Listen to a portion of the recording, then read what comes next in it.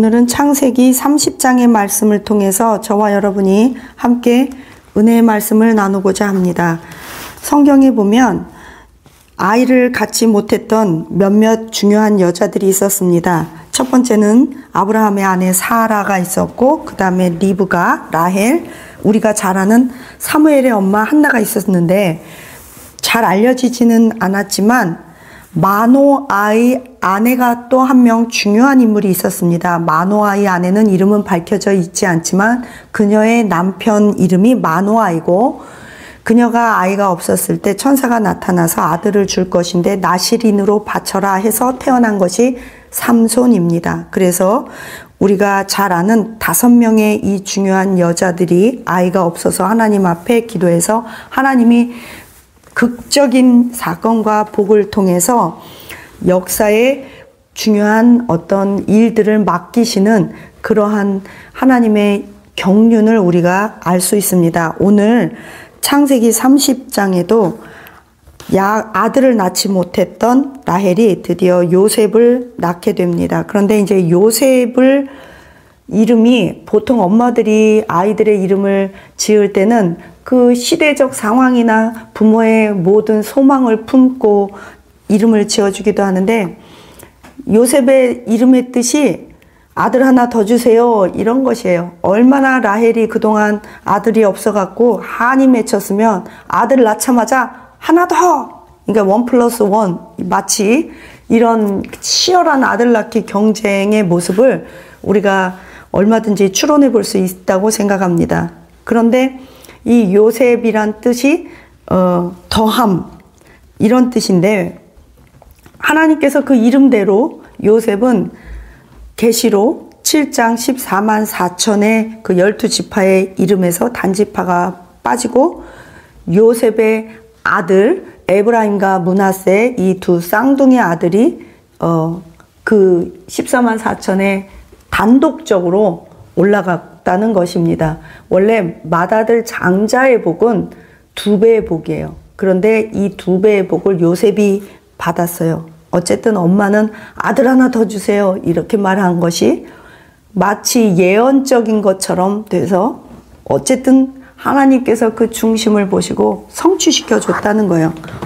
또 하나는 야곱이 삼촌 라반에게 가서 이제 요셉을 낳자마자 하는 말이 나 이제 이 집 떠날 거예요 라고 요청을 해요. 25절에 보니까 라헬이 요셉을 낳았을 때 라반에게 찾아가서 말하기를 나를 보내서 나의 고향 나의 땅으로 가게 하소서 그래요.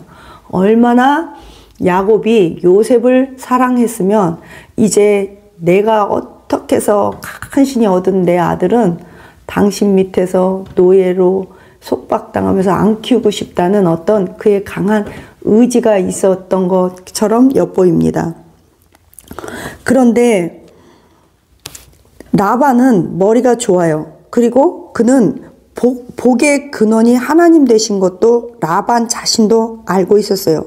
27절에 보니까 나 이제 갈 거예요. 야곱이 그러니까 라반이 한다는 소리가 여호와께서 너로 말미암아 나한테 복 주신 것을 내가 깨닫고 알았다. 그러니 나를 떠나지 마라. 이 복은 알아요. 복의 근원도 알고 야곱 때문에 복 받은 것도 알아요. 하나님께서 야곱으로 말미암아 라반의 집에 모든 것을 복 주셨더라고 성경이 써 있어요. 이거는 마치 총리 요셉과 같이 하나님께서 총리 요셉과 함께함으로 말미암아 그가 손을 대는 일은 범사가 이렇게 잘 되고 불처럼 일어난 것을 하나님께서 그 보디발의 집에 복 준 것을 알아요. 그러니까 야곱과 요셉이 참 공통점이 많아요.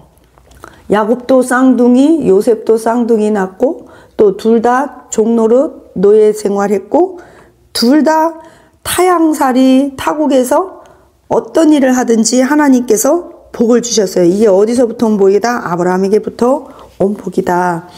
그리고 라반이 얼마나 이 장깨가 있는지 사실은요, 야곱이 장깨가 있고 사람을 속이고 그런 것보다 라반이 그래요. 라반 라반은 31장에 보면 10번이나 그 품삯을 속였다고 야곱이 스스로 말하고 있어요. 그런데 여기에서는 또 뭐라 그러냐면 그러지 말고 가지 마라. 내가 너한테 뭐 해줄까? 그랬더니 이 야곱은 속이는 자가 아니라 거래의 귀재예요. 아주 흥정과 협상과 거래를 잘해요. 장자권도 그 기회를 놓치지 않고 형 에서로부터 거래해서 받아온 거예요. 정정당당히 합법적으로.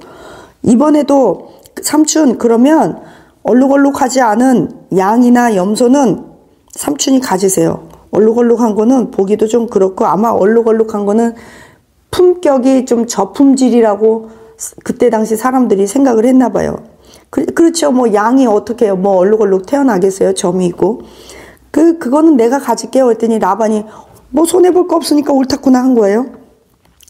그런데 라반이 얼마나 또 이렇게 사업가라 만에 하나를 생각했는지, 야 그러면 내 양떼랑 너의 양떼랑 사흘길쯤 멀리 떨어진 거리를 둬서 따로 해라. 안 그러면 섞여갖고 내 양이 니네 쪽으로 가고 네 양이 내 쪽으로 오면 굉장히 곤란하다.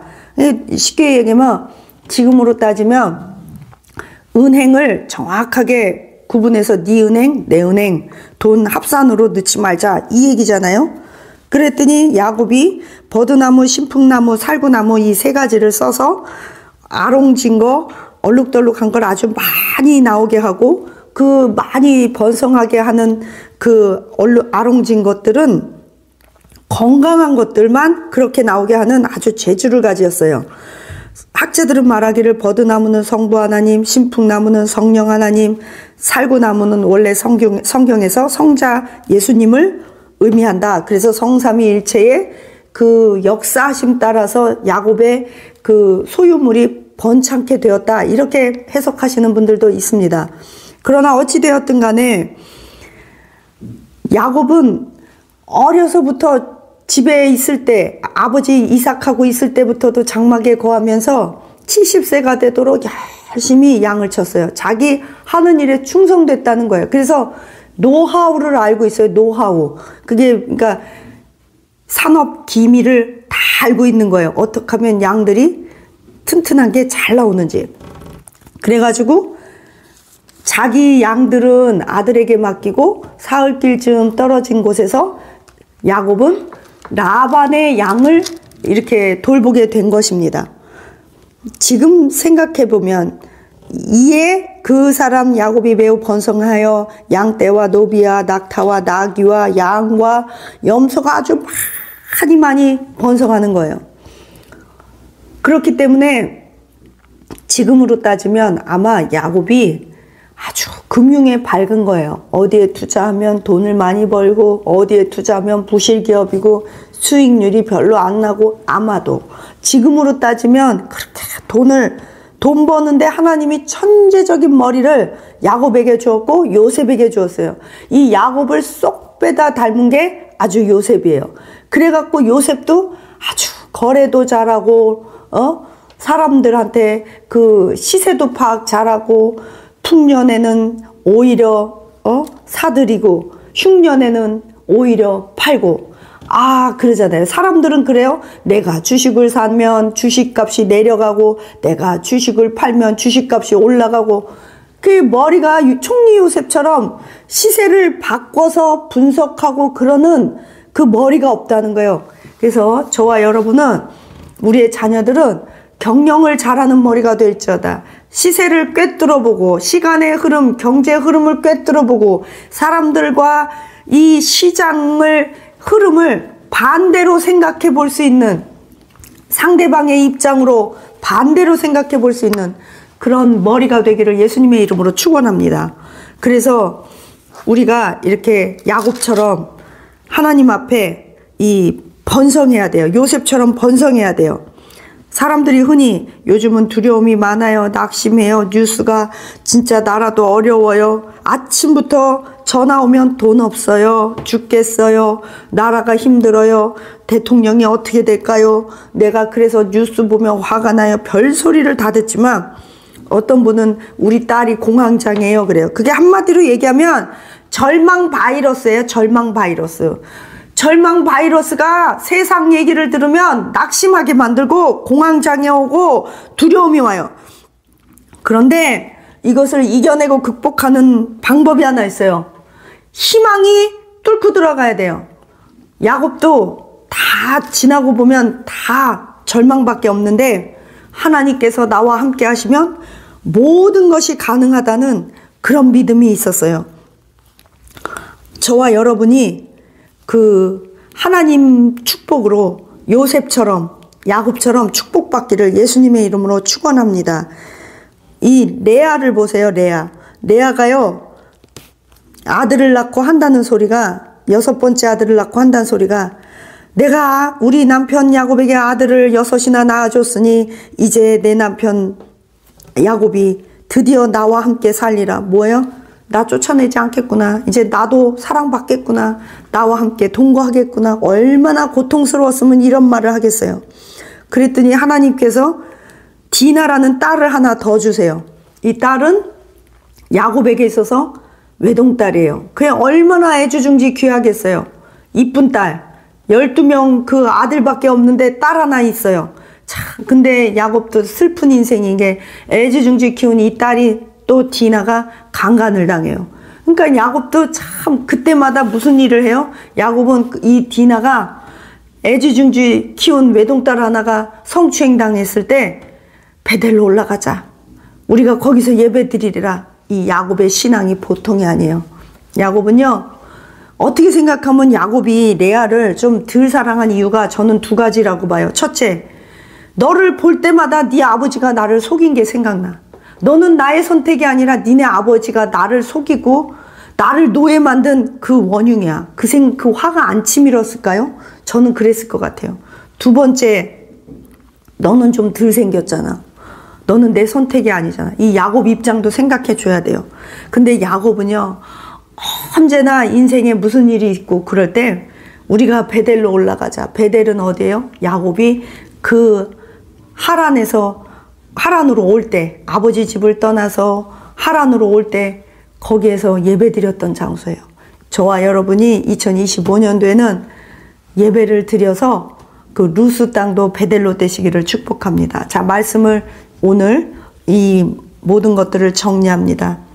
첫째, 성경에는 5명의 아이를 낳지 못하는 불모지 같은 인생의 여자들이 있었지만 하나님의 은혜가 임하면 아들을 낳습니다. 그 이유는, 그 의미는 우리가 불모지 같은 인생일지라도 하나님이 함께 하시면 하나님의 역사에 그 생명을 낳을 수 있다는 거예요. 둘째, 하나님께서 함께 하시면 야곱도 이 요셉도 척박한 곳에서 번성했습니다. 그렇기 때문에 경제적인 어려움 가운데 있을지라도 하나님 붙잡고 우리가 경제적으로 일어나시기를 축원합니다. 일어날 뿐만 아니라 거부가 되시기를 축복합니다. 삼촌이 아무리 10번을 속여더라도 하나님이 복 주시면 됩니다. 하나님이 야곱처럼 요셉처럼 경영하고 번성케 하고 재물을 불리는 지혜와 능력과 아주 특별한 그 지식과 그 머리를 주실 것을 믿습니다.